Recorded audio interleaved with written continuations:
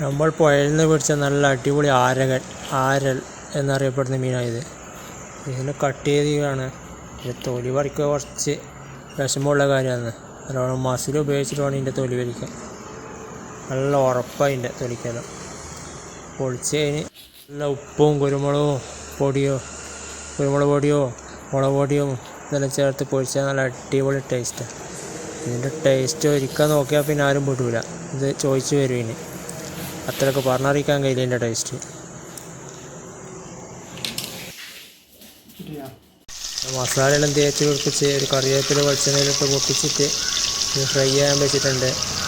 നല്ല വൃത്തിക്ക് പൊരിഞ്ഞിട്ട് നല്ല കരിയ പൊരിയാണ്, എന്നാലും ഇതിൻ്റെ ടേസ്റ്റ് വരും. നല്ല കരിയ പൊരിഞ്ഞ വരെ ഫ്രൈ ചെയ്യുക.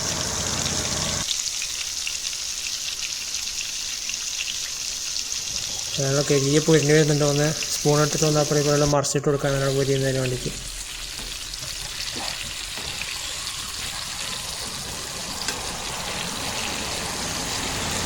അത് നല്ല വൃത്തിയിൽ ഫ്രൈ ആയി വന്നിട്ടുണ്ട്.